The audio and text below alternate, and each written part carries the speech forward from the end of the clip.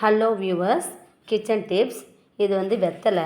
வீட்டில் ஃபங்க்ஷன், அதனால் வெத்தலை நிறையா ஃபங்க்ஷன் முடிஞ்ச பிறகு வெத்தலை நிறைய மீந்துருச்சு.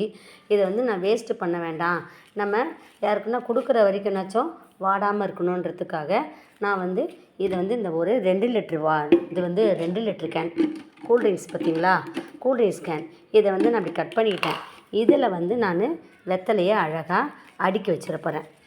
இது வந்து எவ்வளோ நாள் வேணாலும் வாடாமல் இருக்கும். நீங்கள் பிளாஸ்டிக் கவரில் கூட போடாமல் இந்த மாதிரி போட்டு வெத்தலையெல்லாம் போட்டு அழகாக அடுக்கி வச்சுருங்களேன்.